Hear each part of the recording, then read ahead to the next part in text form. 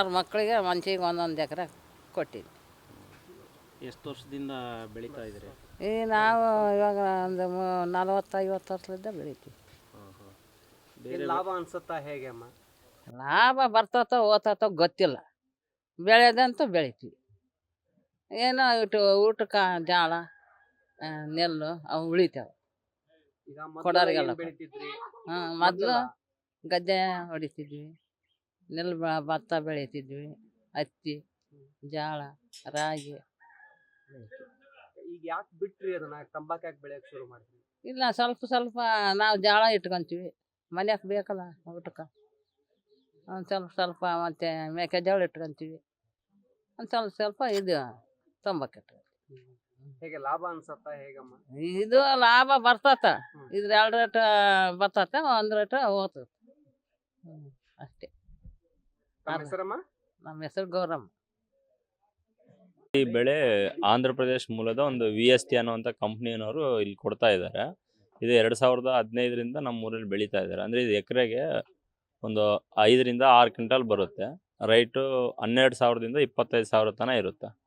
ಇದರಲ್ಲಿ ಜನರಿಗೆ ಅಂದರೆ ಕ್ವಾಲಿಟಿ ಮೇಲೆ ರೈಟ್ ಹಾಕ್ತಾರೆ. 12,000ದಿಂದ ಸ್ಟಾರ್ಟ್, ಇದರಲ್ಲಿ 12,000ದಿಂದ 25,000 ತನಕ ಇರುತ್ತೆ.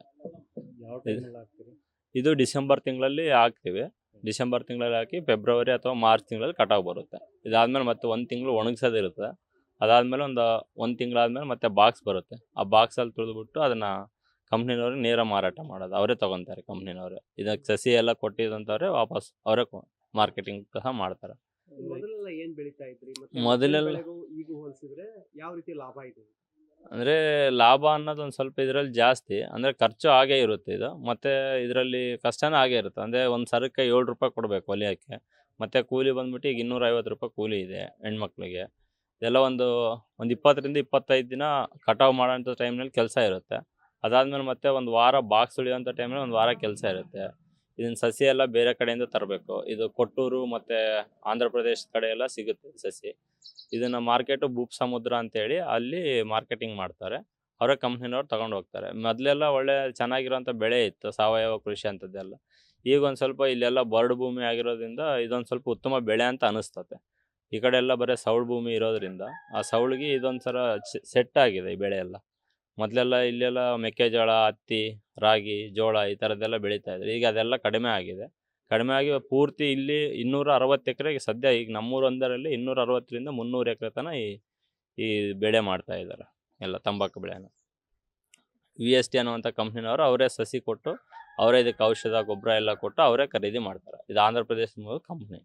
ಎಷ್ಟು ಕುಟುಂಬಗಳಿದಾವೆ ಇದನ್ನು ನಂಬ್ಕೊಂಡು ಇಲ್ಲಿ ಸುಮಾರು ಒಂದು 150ರಿಂದ 200 ಕುಟುಂಬಗಳು ಇರ್ತವೆ.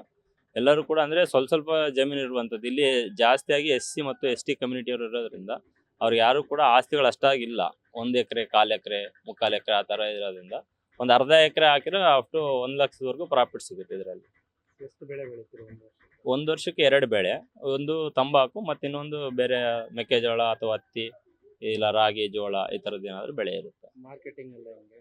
ಮಾರ್ಕೆಟಿಂಗ್ ಬಂದ್ಬಿಟ್ಟು ಇದು ಅವರೇ ಕಂಪ್ನಿನವ್ರು ತಗೊಳ್ಳೋದ್ರಿಂದ ಇದು ಕ್ವಾಲಿಟಿ ಮೇಲೆ ಹೋಗುತ್ತೆ. ಇದರಲ್ಲಿ ಮತ್ತೆ ಇದಕ್ಕೆ ಮಚ್ಚೆ ರೋಗ ಬರುತ್ತೆ, ಆಮೇಲೆ ಹಸಿರು ಹುಳ ರೋಗ ಬರುತ್ತೆ. ಅದಾದಮೇಲೆ ಮತ್ತೆ ಇದಕ್ಕೆ ಒಂದು ಜಿಗಿ ರೋಗ ಅಂತ ಬರುತ್ತೆ, ಕರೆ ಜಿಗಿ, ಕೆಂಪು ಜಿಗಿ.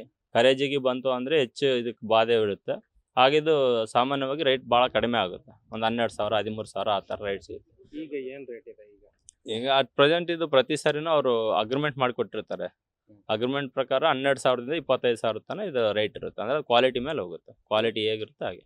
ಒಂದು ಎಕರೆಗೆ ಎಷ್ಟು ಉತ್ಪಾದನೆ? ಅದೇ 1 ಎಕರೆಗೆ ಒಂದು 6ರಿಂದ 7 ಕ್ವಿಂಟಲ್ ಬೆಳಿಬೋದು ಚೆನ್ನಾಗಿ ಬೆಳೆದ್ರೆ. ಅಥವಾ ಸಾಮಾನ್ಯ ಅಂದರೆ ಒಂದು 3ರಿಂದ 4 ಕ್ವಿಂಟಲ್ ಬರುತ್ತೆ. ಎಷ್ಟು ತಿಂಗಳು ಬೆಳೆ ಇದು? ಇದು 4 ತಿಂಗಳು ಬೆಳೆ. ಲಾಭದಾಯಕ ಅನ್ಸುತ್ತಾ? ಲಾಭದಾಯಕ ಅಂದರೆ ಸದ್ಯದ ಮಟ್ಟಿಗೆ ಇದ್ರ ಹಾಕೋದ್ರಿಂದ ಭೂಮಿ ಫಲವತ್ತತೆಯನ್ನು ಕಳ್ಕೊಂತತೆ. ಮತ್ತು ಇದು ಹಾಕೋದ್ರಿಂದ ಇದಕ್ಕೆ ಭೂಮಿ ಸಮ ಅಡಿಕ್ಟ್ ಆಗಿಬಿಡ್ತತೆ. ಈಗ ಹೆಂಗೆ ನಾವು ತಂಬಾಕಿಗೆ ಅದಕ್ಕೆಲ್ಲ ಅಡಿಕ್ಟ್ ಆಗಿಬಿಡ್ತೀವಿ, ಹಂಗೆ ಭೂಮಿ ಸಮ ಅಡಿಕ್ಟ್ ಆಗಿಬಿಡ್ತತೆ. ಇದರಲ್ಲಿ ಲಾಭ ಬಂದ್ರೂ ಭೂಮಿ ಫಲವತ್ತತೆಯನ್ನು ಕಳ್ಕೊಂಡು ನೆಕ್ಸ್ಟ್ ಬೇರೆ ಬೆಳೆ ಅಷ್ಟಾಗಿ ಬರಲ್ಲ. ಇದೇ ಬೆಳೆನೇ ಸೀಮಿತ ಆಗಿಬಿಟ್ಟಿರ್ತದೆ ಭೂಮಿಗೆಲ್ಲ. ಇಲ್ಲಿ ನಮ್ಮ ಹೆಸರು ವನ್ನೂರು ಸ್ವಾಮಿ ಅಂತ.